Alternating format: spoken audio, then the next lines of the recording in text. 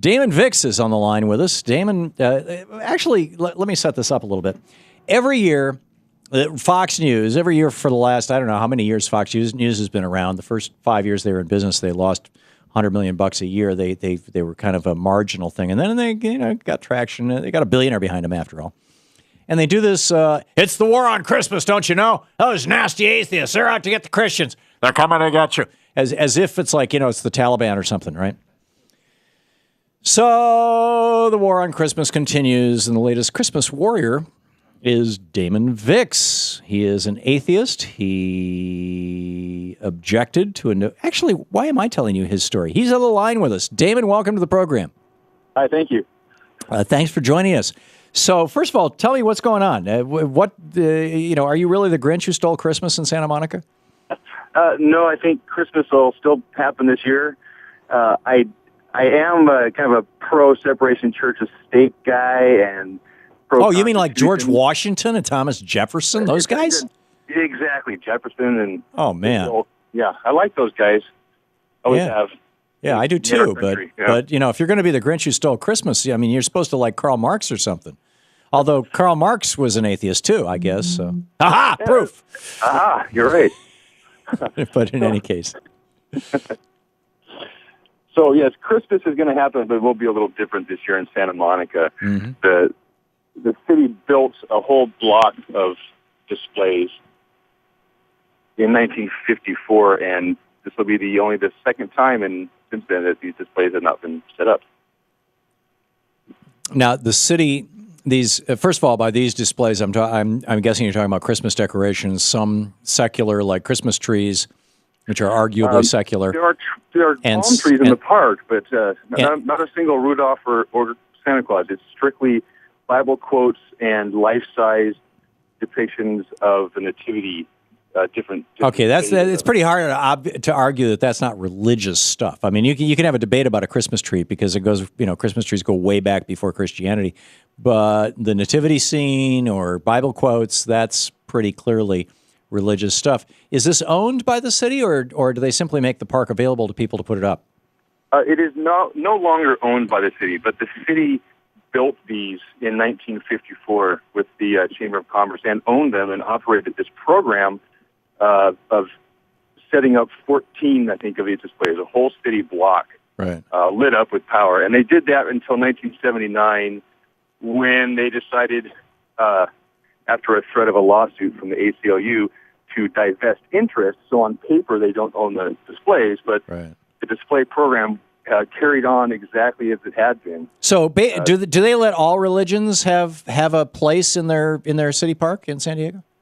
Well, this particular program has been open to the public since 1979 at least, but right. It wasn't really an advertised program.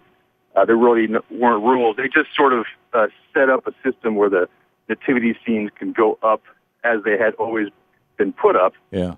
And only a couple small displays had ever been put up. One menorah and a very small atheist gnome has been put up. So your religion is represented too, by a gnome, though. I've never heard of a gnome representing atheism.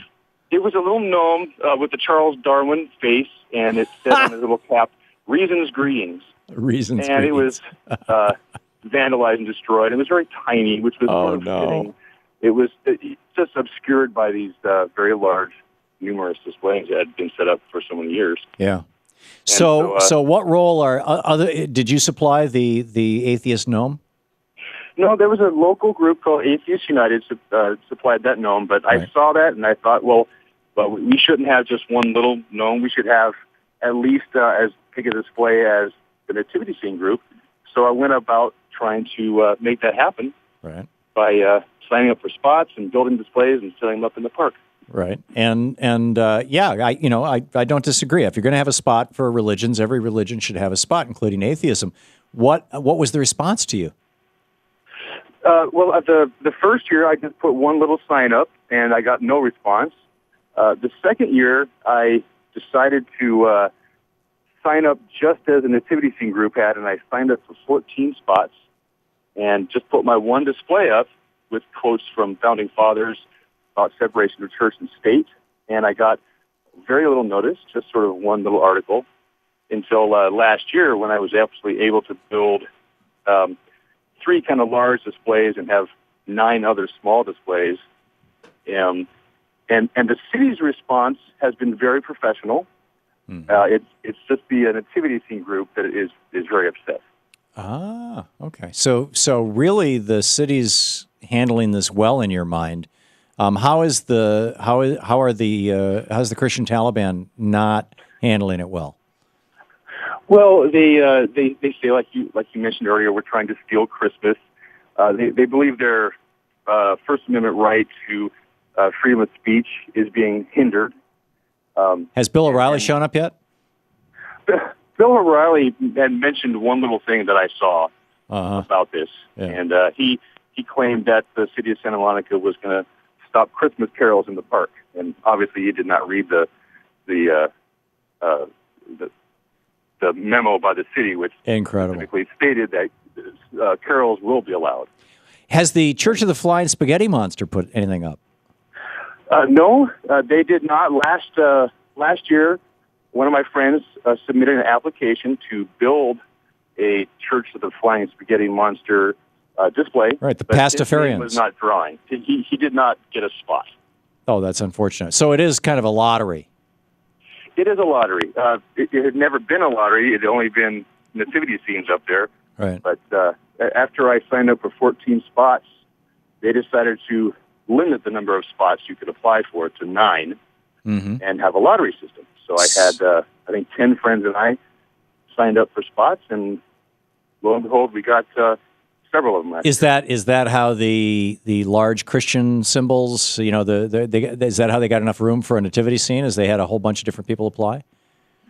Presumably? No, you never had to worry about that, because basically only the one group and maybe a couple other people ever have applied in the past. Yeah. And it's just one group. We're talking with Damon Vix. He's a set builder by trade, but an atheist in this context, an activist atheist. Damon? We just have a minute left, before the commercial machine steps on us. What's the carry home message from this in your mind? I think we're trying to rectify a lot of ills that happened during the McCarthy era.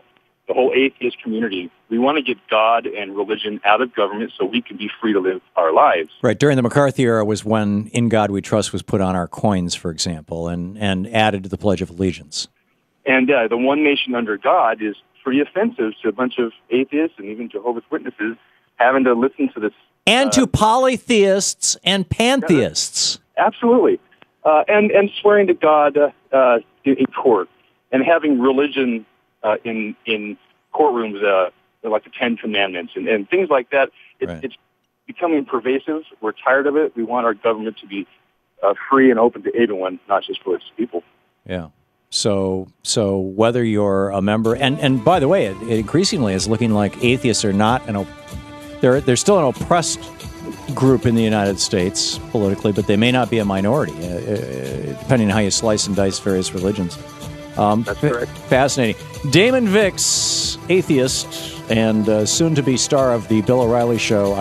I bet you. Damon, good luck. Thanks a lot. Thank you very much. 15 minutes past the hour.